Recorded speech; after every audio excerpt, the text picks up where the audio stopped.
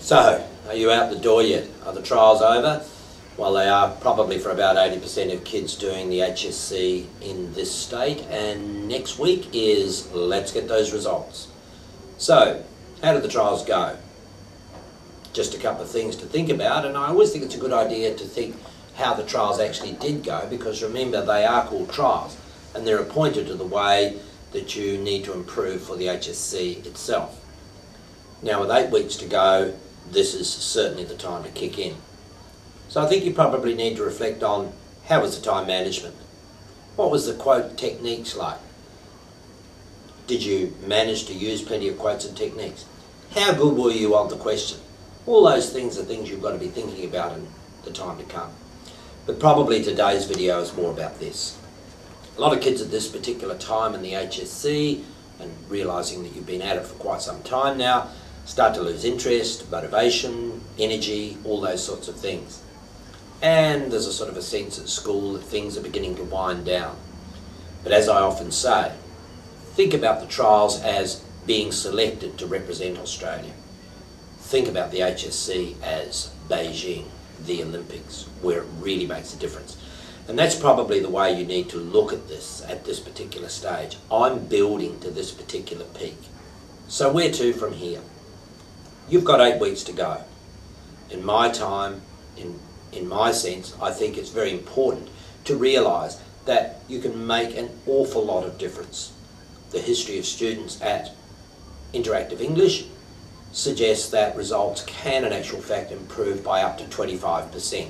So please don't let it go. Don't say, well, I stuffed the trials up, so that's it. I better start looking for a job now. Don't go there. Think about all the things that you can do to tweak what you need to do and to get that performance going. You've probably come to some realisation that very often doing well in the HSC is not necessarily about how much you know, but how well you can write in that exam situation. Realising you obviously have to know information. Now, in terms of English, you need to be making sure that you're revising and practicing that essay process. So the more you write, the better you're going to get. And remember, you're not doing King Lear so as you can wander down a beach in Byron Bay or the Gold Coast in 12 weeks' time so as you can spout endless quotes at each other. You're doing King Lear because you want that place at uni.